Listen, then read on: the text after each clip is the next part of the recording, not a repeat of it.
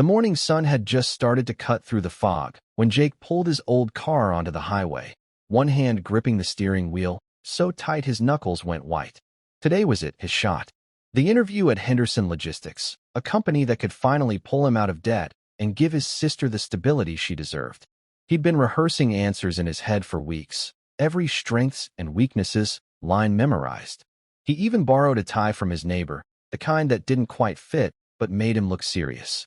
The road was quiet except for the soft hum of the engine and the radio playing low. He kept glancing at the clock. If traffic held steady, he'd make it just in time. But as he curved around a bend by the old mill road, he saw something that made his stomach drop.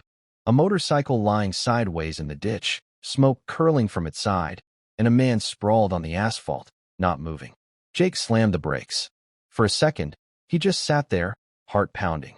He looked at the clock again, then back at the man. He could have kept driving. He could have told himself someone else would stop. But something inside him refused. He pulled over and jumped out. "Hey, can you hear me?" he shouted, sprinting toward the biker. The man's leather jacket was torn, his helmet cracked. Blood trickled down his temple.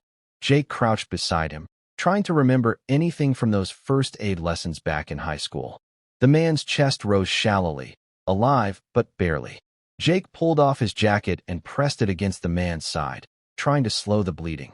"Stay with me, buddy," he said, voice shaking.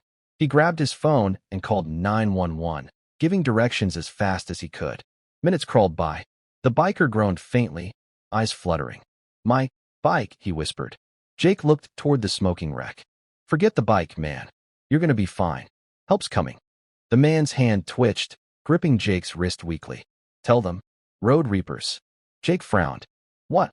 The biker's head lolled to the side. "My brothers, tell them." His voice faded as the sirens grew louder. Paramedics arrived within minutes.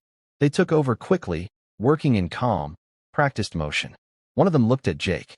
"You saved him." Another few minutes, he'd have bled out. Jake nodded numbly, watching as they loaded the man into the ambulance. Then he glanced at his phone. He was already 40 minutes late. The interview was gone. He drove to the city anyway, because what else could he do? He walked into the building, clothes stained with dirt and blood, and the receptionist's eyes went wide. "Sir, you can't go in like that." Jake explained what had happened, voice low but steady. "I was on my way here. I couldn't just leave him there." She stared for a moment, then sighed. "I'll tell them, but they've already started." He nodded. "It's okay. I get it." He turned to leave, but the manager, a sharp-looking man in a navy suit, stepped out of a conference room. "You're Jake Turner?" "Yes, sir. I heard what happened. That was quite a thing you did." Jake gave a tired half-smile. Didn't really think about it. Just did what anyone would. The man's gaze softened. Not everyone would. But the position's already been filled. Jake nodded. "I figured. Thanks anyway." As he walked out, he felt that heavy ache of disappointment, that strange mix of pride and loss. He didn't regret what he'd done, but the weight of everything hit harder on the drive home. His gas tank was nearly empty, his wallet thinner than ever, and the future he'd been chasing felt like it had just disappeared. That night, he was sitting at his kitchen table with his sister, Emily, eating cheap noodles when there was a knock at the door. He frowned. Nobody ever came by at that hour. When he opened it, his breath caught. There were 6 men standing on his porch, all wearing leather jackets with the same patch stitched across the back. Road Reapers MC. The man in front, tall, broad, scarred across one cheek, stepped forward. "You Jake Turner?" Jake nodded slowly. "Yeah." The man smiled faintly. "Name's Roach. You pulled my brother out of that wreck this morning." Jake blinked. "He's okay. He's alive because of you," Roach said. "Docs say you kept him breathing long enough for the ambulance. That makes you family now." Jake rubbed the back of his neck, uneasy. "I didn't do it for that." "I know," Roach said. "That's why it means something." He turned to the others and snapped his fingers. They disappeared into the dark, returning a moment later pushing a brand-new motorcycle, matte black, polished chrome, a perfect machine. Jake's eyes went wide. "What is this?" Roach grinned. "A thank you. Custom build. Our best work. You saved one of ours. We wanted to return the favor." Jake shook his head. "I can't take that. It's too much." Roach stepped closer. "You already paid for it. With something most men forget how to give." Jake stood there speechless, hand resting on the handlebar. He'd never owned anything that perfect. I don't even ride, he said quietly. Roach laughed. Then we'll teach you. Before they left, Roach handed him an envelope. One more thing. The guy you missed your interview for? He's got a brother who runs a trucking company. Expect a call.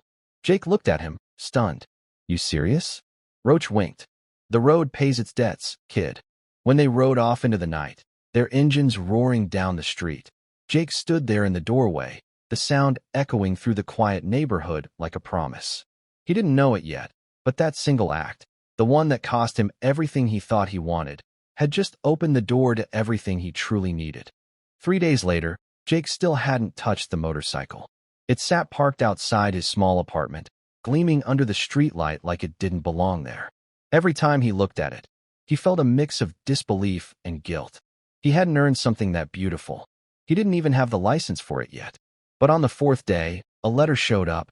No return address, just a folded piece of paper that smelled faintly of oil and leather.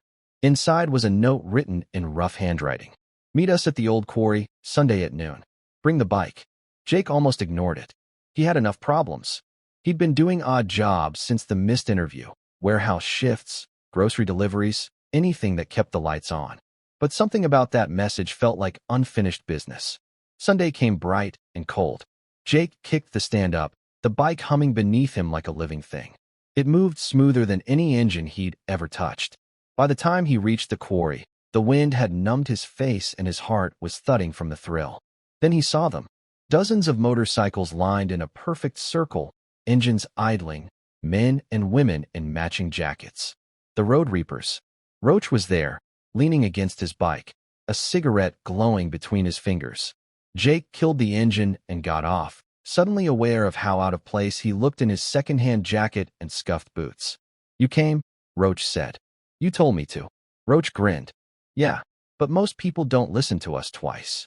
He waved a hand, and one of the riders stepped forward carrying a small box. We wanted to thank you again, Roach said. Not just for saving one of ours, but for reminding us what we stand for. The club's got a rule. When someone does right by a reaper, we ride for them. Jake frowned. Ride for me? Roach nodded.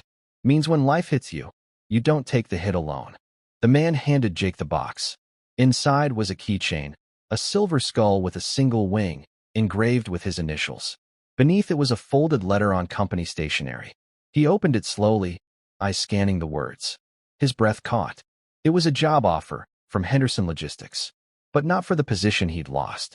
This one was for a higher role, twice the pay. The note at the bottom read, sometimes the right detour leads you where you were meant to be. A friend of the Reapers. Jake looked up, stunned. Roach laughed. Turns out the guy you pulled out of that ditch owns part of Henderson. He told them to find you. Said any company that wouldn't hire a man like you didn't deserve him.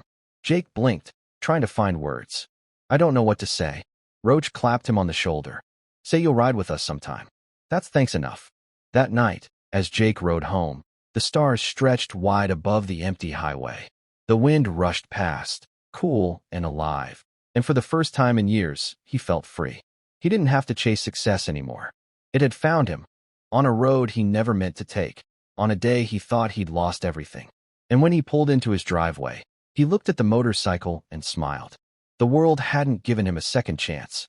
A Brotherhood had. A few weeks passed, and Jake's life began to move in a rhythm he'd never known before. Mornings were for work, real work now.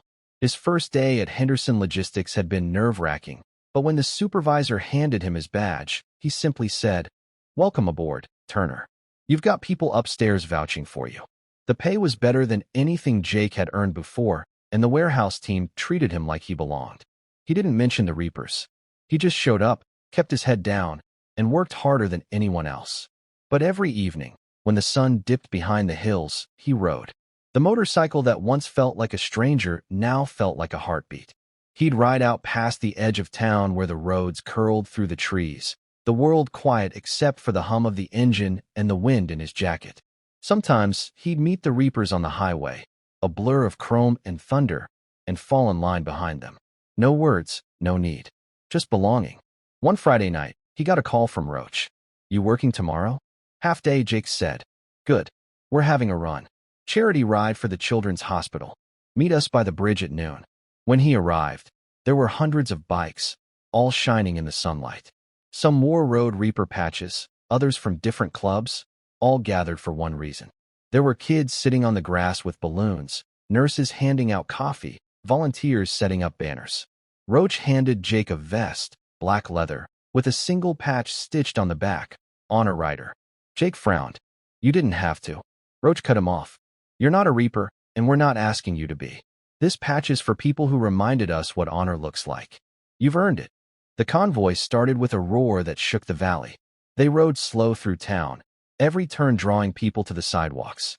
Children waved, parents smiled, and for the first time, Jake saw what the Brotherhood truly was. Not rebellion, not chaos, but unity. When they reached the hospital, the riders parked in neat rows. Roach climbed onto a small platform and spoke into the mic. 2 months ago, one of ours almost didn't make it home. A stranger stopped his car, gave up his job interview, and saved his life. That man's here today. Jake froze. Roach pointed toward him. Jake Turner, come up here. The crowd clapped, and Jake felt his throat tighten as he climbed the steps. Roach continued. We all like to talk about loyalty and code, but this man showed both without knowing us. That's what Brotherhood means. Someone handed Jake a helmet, polished black with silver wings painted on each side. Custom made, Roach said, for when you ride with us, or on your own. Jake looked out at the sea of faces, bikers, families, kids waving. He didn't see fear or judgment. He saw respect. That evening, as the sun went down, he rode home with the wind in his face and the sound of engines fading behind him. The old ache in his chest, the one that came from years of losing, was gone. He'd found his place not through success or luck, but through a single choice to stop and care. Later that night, he parked his bike and sat on the porch, the helmet resting beside him. Emily stepped outside, smiling. You look happy. He nodded slowly. Yeah, I think I finally am. She looked at the bike. You ever think about what would have happened if you hadn't stopped that day? Jake smiled, eyes soft. Yeah, he said quietly. I'd still be driving, chasing something I didn't even understand. I thought I lost everything that day. Turns out, I found it instead. The street was quiet except for the hum of the cooling engine and the sound of the night settling in. He leaned back, staring at the stars, and whispered to himself, funny how saving one life can end up saving yours too. A few months later, the world looked different for Jake. He still worked at Henderson Logistics, but his role had expanded. He was now in charge of community outreach, the same program the company started after his story spread. It had gone viral without him meaning to. A bystander at the hospital had filmed his rescue, and before long, the clip was everywhere. Man misses interview to save stranger's life. Stranger repays him in a way no one saw coming. At first, Jake hated the attention. People treated him like some kind of hero, but he didn't feel like one. He hadn't done anything extraordinary. He just couldn't drive away. Yet, every time someone approached him and said, "You made me stop once, too. I helped someone because of your story," he realized maybe that's all heroism really was, just a chain reaction of decency. One Saturday morning, while he was tuning up his bike, a black van rolled up beside his house. The doors opened, and the sound of engines followed. The Reapers. They hadn't come by in a while, but seeing them again sent a spark of warmth through him. Roach stepped out, same leather vest, same half-smile. You got a minute? Jake wiped his hands on a rag. Always. Roach tossed him a folded envelope. That guy you saved, his name's Tully. He's back on his feet. Wanted to see you, but couldn't make the ride today. Said this was long overdue. Inside the envelope was a photo, the one from the hospital, when Jake had been crouched beside Tully, keeping him awake. Underneath it, in shaky handwriting, were 6 words. You saved me before I lost myself. Jake swallowed hard, staring at it. He looks good, he said softly. Roach nodded. Yeah, he's clean now. Gave up the mess, runs the shop for us out west. He says you gave him a second life. Jake shook his head. I didn't do anything special. Roach grinned. That's what all the real ones say. The Reapers stayed for coffee. They talked about rides, about road stories, about life's strange twists. Before leaving, Roach pulled a small box from his jacket. This was Tully's idea, he said. Said it was time we made it official. Inside was a ring, silver, simple, engraved with 2 words, Honor Rides. Roach placed a hand on his shoulder. You're one of us now, whether you wear the patch or not. We don't forget the ones who stopped. That evening, Jake went for a ride. The air was crisp, the sunset bleeding orange across the horizon. He took the long road, the one that curved past the old mill where it all began. He slowed down when he saw it. A small metal cross by the side of the road, surrounded by flowers and a plaque that read, "For those who never drive past." Someone had left a road reaper patch at its base. He smiled, pulled over, and set the silver ring beside it. As he stood there, the wind picked up, carrying the faint echo of engines in the distance. The reapers heading somewhere far down the line. Jake whispered into the wind, "See you on the road, brothers." Then he kicked the bike into gear and rode on, not chasing jobs, not running from failure, just moving forward with the quiet peace of a man who'd finally learned what it means to arrive.